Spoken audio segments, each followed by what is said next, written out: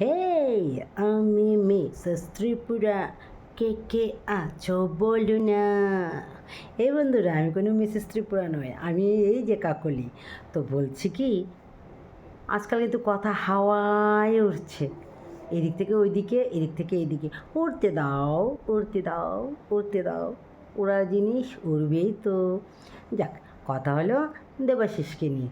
কালকে আমি দেবাশিসের লাইভে ওঠাতে যে একজনের এতটা জ্বলবে, এতটা জ্বলবে আমি ভাবতেই পারিনি। সেই জ্বালাতে না দেবাশিসের বাড়ির পাশের এক বদির সঙ্গে গিয়ে পিরিত জমিয়েছে। দেবাশিস, তুমি কি শুনতে পাচ্ছ? একটু লক্ষ্য করবে কিন্তু, তোমার বাড়ির পাশের না তোমার গ্রামের পাশের কোন বদির সঙ্গে পিরিত জমিয়েছে।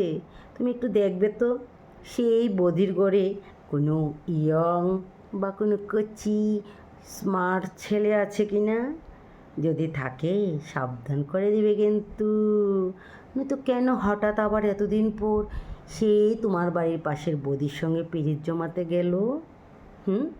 আর নয়তো তোমার লাইভে উঠলাম বলেই সেই জ্বালাতে বদির সঙ্গে পিরিত করতে গেল। আবার তোমার সঙ্গে আমি নেই তো কাউকে যেতে দেব না।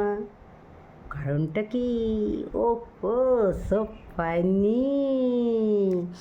আমি মিসেস ত্রিপুরা। আবারও বলছি, আমি কোনো মিসেস ত্রিপুরা নয়, আমি কাকলি নর্মাল। তো এত জ্বালা জ্বলবেন না, কোনো পীড়িত করে লাভ হবে না। যতই বদির সঙ্গে পীড়িত করুক কোনো লাভ হবে না। তবে বদির ঘরে যদি ইয়ং কিছু থাকে তাহলে হয়তো কাজে আসবে সেই টেকনিক। Bye bye.